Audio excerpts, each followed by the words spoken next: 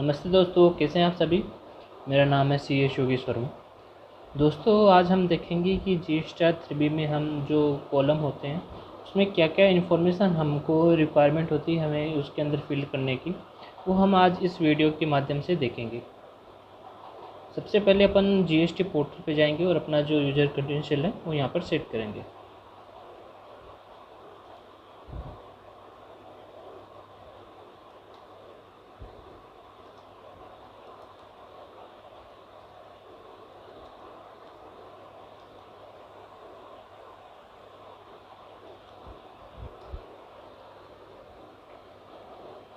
हमारा जो पोर्टल है वो यहाँ पर लॉगिन हो गया है।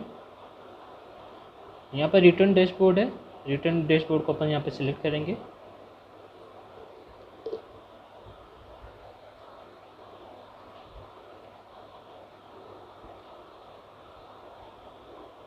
अभी जो लेटेस्ट चेंजेज आए हैं उसके अकॉर्डिंग अगर आपने अपनी GSTR 1 फाइल नहीं करी होगी तो आपकी जो GSTR 3B है वो भी रिफ्लेक्ट नहीं होगी। तो सबसे पहले आपको अपनी जो मंथ की GSTR 1 है वो फाइल करनी होगी, ठीक है। तो अपन जो प्रीवियस जो मंथ है जिसकी ऑलरेडी रिटर्न फाइल हो चुकी है उसको देख लेते हैं अपन कि क्या अपन को रिक्वायरमेंट होती है, कि कैसे कौन से फील्ड है उसमें क्या क्या इन्फॉर्मेशन अपन को सबमिट करनी होती है।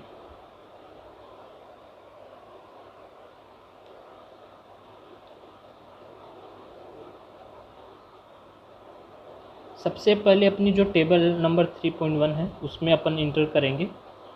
इसके अंदर क्या क्या इन्फॉर्मेशन जानी चाहिए। सबसे पहले जो कॉलम नंबर A है उसके अंदर क्या बताया है कि outward taxable supply other than zero rated, nil rated and exempted. यहाँ पर अपनी जो टैक्सेबल सप्लाई है उसको अपन यहाँ पर डिक्लेयर करेंगे, ठीक है। अपनी जो टैक्स की लायबिलिटी है वो यहाँ पर डिक्लेयर करेंगे, टैक्सेबल वैल्यू है वो अपन यहाँ पर डिक्लेयर करेंगे। सेकंड जो कॉलम है वो है B, outward taxable supply zero rated. जो भी आपने एक्सपोर्ट वगैरह किया या डीम्ड एक्सपोर्ट है वो अपन का जो है ये कॉलम नंबर B के अंदर यहाँ पे फिल होगा।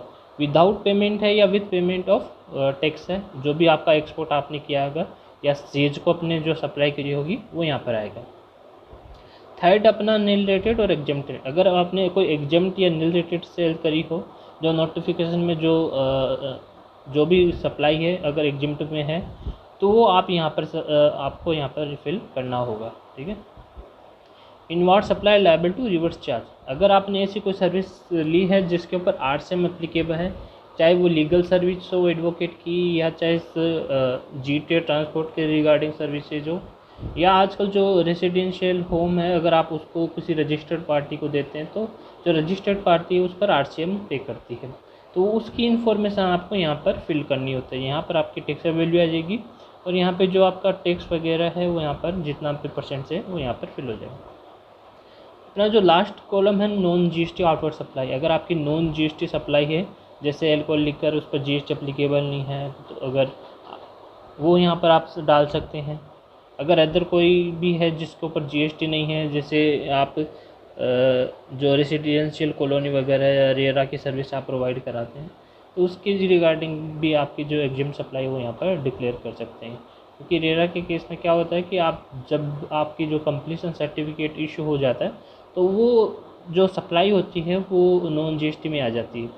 कंप्लीशन सर्टिफिकेट से पहले जो अगर आप सप्लाई करते हैं वो टैक्सेबल में आती है, बाकी जो है वो नॉन GST हो जाती है, तो वो आप यहाँ पे कर सकते हैं। तो यानी आपकी जो भी जिस टाइप की भी सप्लाई है वो यहाँ पर होगी। अगर आपके टैक्सेबल सप्लाई है तो वो यहाँ पर आएगा, अगर आपका जो एक्सपोर्ट है वो यहाँ पर आएगी, नील रेटेड एग्जेम्प्टेड यहाँ पर आएगी, RCM की कोई है तो वो यहाँ पर आएगा, और जो नॉन GST आउटवर्ड सप्लाई है वो यहाँ पर आएगी, ठीक है।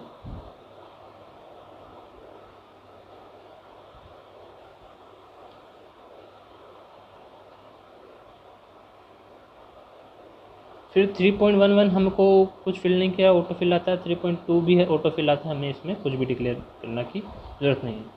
फिर जो टेबल 4 है वो यहाँ पर डिक्लेयर करेंगे अपन, अपनी जो इनपुट वगैरह है वो यहाँ पर अपन डिक्लेयर करेंगे।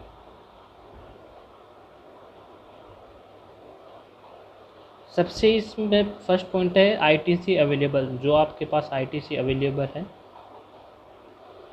इंपोर्ट ऑफ गुड, अगर आपने इंपोर्ट किया है तो यहाँ पर आएगा, क्योंकि आप जब इंपोर्ट करते हैं कुछ तो उस पर आपको जीएसटी पे करनी होती है, तो वो आपको यहाँ फिल करनी होगी। इंपोर्ट ऑफ सर्विस, अगर आपने कोई सर्विस इंपोर्ट की है तो वो यहाँ पर आएगी। इंपोर्ट ऑफ सर्विस पर आरसीएम है, तो पहले आपको आरसीएम पे करना होगा, फिर यहाँ पर उसको दिखाना होगा, क्लेम करना होगा, ठीक है।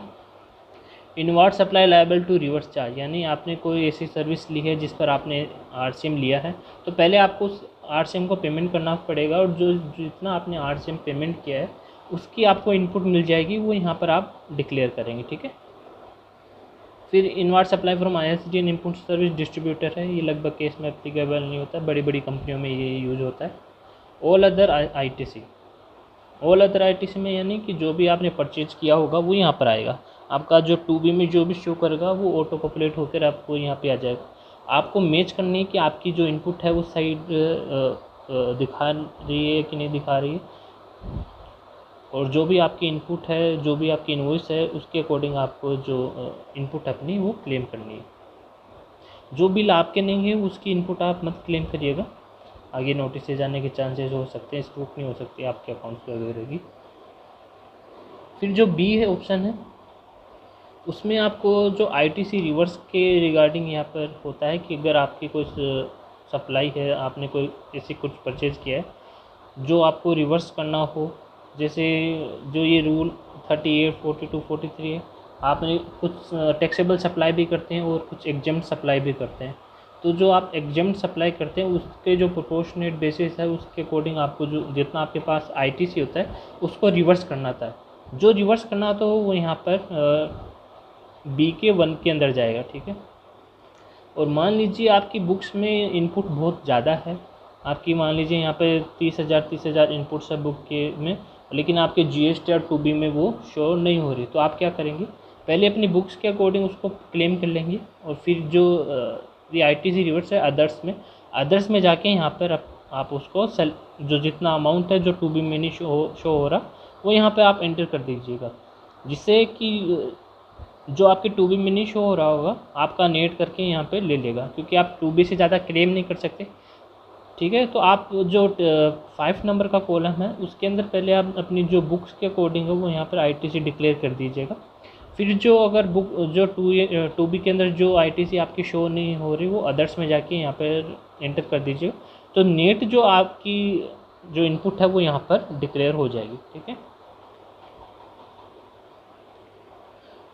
फिर अगर जो आपका नेक्स्ट मंथ है जिसके अंदर आपकी अगर जो पिछले मंथ की कोई इनपुट छूट गई होगी जो 2B में शो नहीं हो रही होगी, उसको आप दोबारा क्लेम करोगे, तो दोबारा आपको क्लेम यही करना है, ठीक है।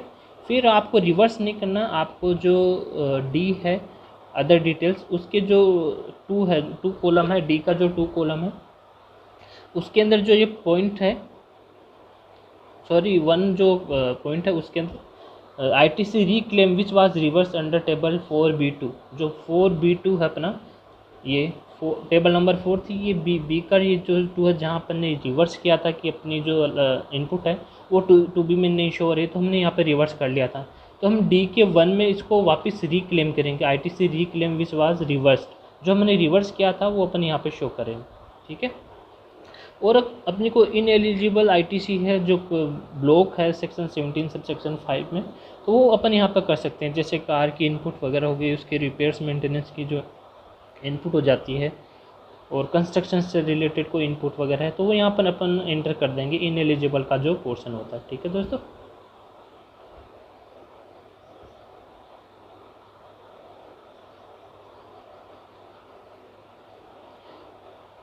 जो टेबल 5 है वो भी अपन को फिल नहीं करनी होती है, आप जो इन्फॉर्मेशन टेबल 3 और 4 में डालोगे वो यहाँ पे ऑटो पॉपुलेटेड होके आ जाएगी।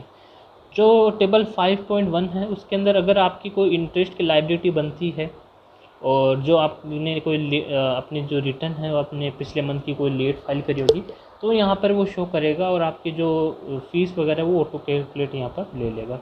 आपने अगर अपनी जो रिटर्न है वो ड्यू डेट के बाद फाइल करी होगी तो जितना आप केस के अंदर आपको पेमेंट करना होता है उसका इंटरेस्ट की लायबिलिटी ऑटोमेटेड पॉपुलेट होकर यहाँ पर शो करने लग जाएगी। और अगर आपने लेट फाइल किया है तो जो लेट फीस है पर डे के अकॉर्डिंग वो भी यहाँ पर चार्ज होकर ऑटोमेटेड यहाँ पर आ जाएगा, ठीक है। बाद में आप इसको सेव करके प्रोसेस कर दीजिएगा। इतनी ही इन्फॉर्मेशन अपन को है कि अपन जो GST-3B है उसके अंदर फाइल कर देते हैं। आपके अगर कोई भी क्वेरी हो तो आप कमेंट में बॉक्स में आप बता दीजिएगा। ठीक है दोस्त, थैंक यू।